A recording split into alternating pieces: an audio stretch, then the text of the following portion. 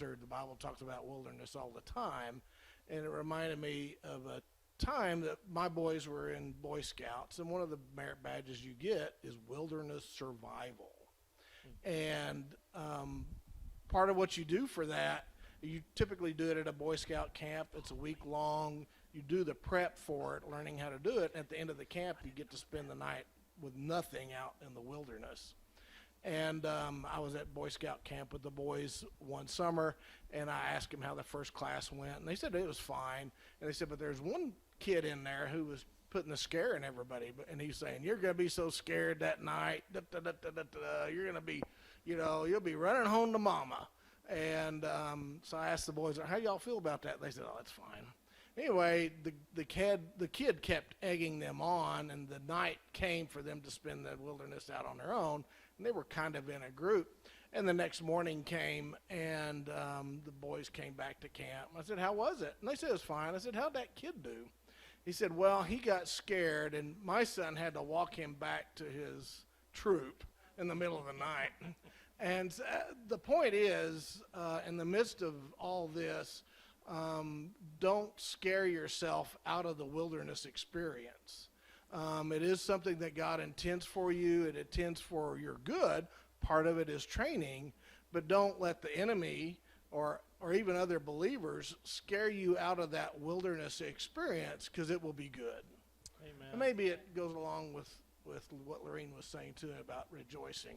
But I did want to give voice at least one guy. I made up for all the other ladies, and so I'm trying to get equal time here. So.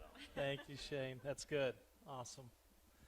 Anyone else just want to testify about what God has been doing? Yeah. Oh, awesome. Yeah, okay. Everyone's going with the, you know what? Let me just clean real quick. This is the new normal, everyone. This is kind of the new thing, just to kind of trying to be mindful. So, but definitely wanting to be mindful. So, there we go. Okay.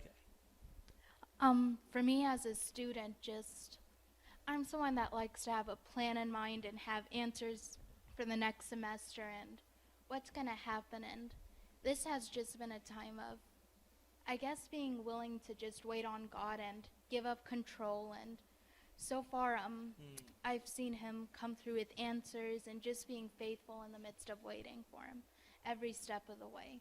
So it's just been a time for my faith to grow. So Amen. I'm thankful. Yeah. Amen. Amen.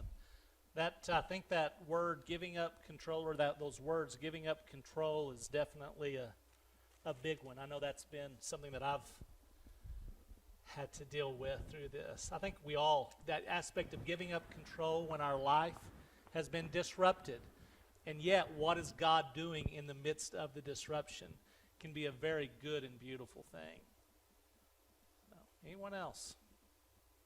Yep, Wanda. No, it's good. Good exercise right here. I can't tell that it's really